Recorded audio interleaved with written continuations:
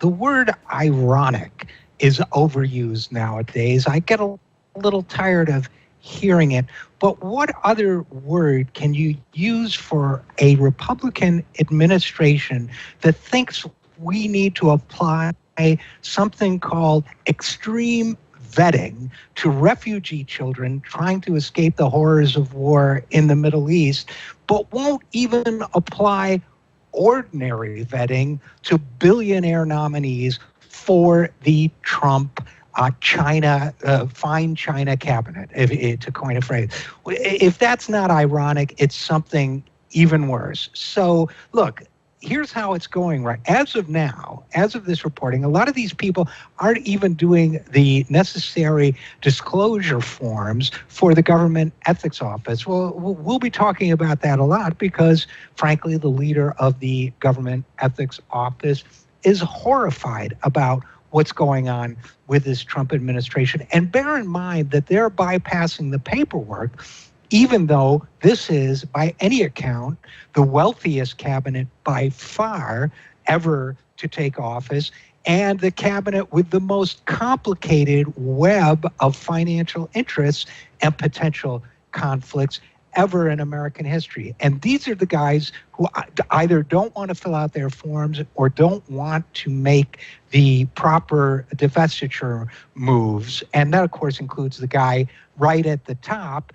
because lack of accountability, like so many other unpleasant things, flows downhill in this world. So a lot of it is coming from Trump itself, and we'll have even more to say about Trump and his press conference on this matter in this program. But look, let's not forget, while we're blaming Trump and his nominees, as well we should, let's not forget to give out a lot of blame to Mitch McConnell and the Republican Party as a whole.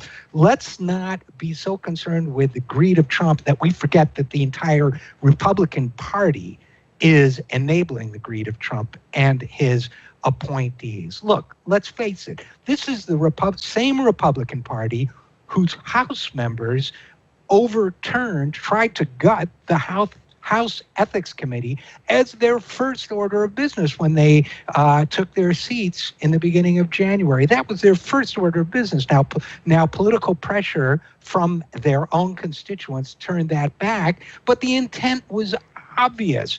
They themselves wanted to make sure they had a clear field to exploit their office for personal gain, which means an even more corrupt corporation-driven government than we have today. Oh, and they probably also wanted to make it harder for people to question their fellow House member, Tom Price, who's about to become the Secretary of Health and Human Services, over some of his questionable dealings. They probably wanted to bury that stuff as well. So now you got McConnell on the Senate side pushing these nominees through before they've even filled out their forms and so on. Now, the importance of that filling out the forms process can't be overstated. As a joint letter from Obama's ethics lawyer and George W. Bush's ethics lawyer points out, this actually presents future corruption. So what these guys are really doing, let's not sugarcoat it. They're greasing the skids for corruption. All of these potential nominees are at risk for it, especially Betsy DeVos, who has invested in a for-profit charter school company and a student loan company.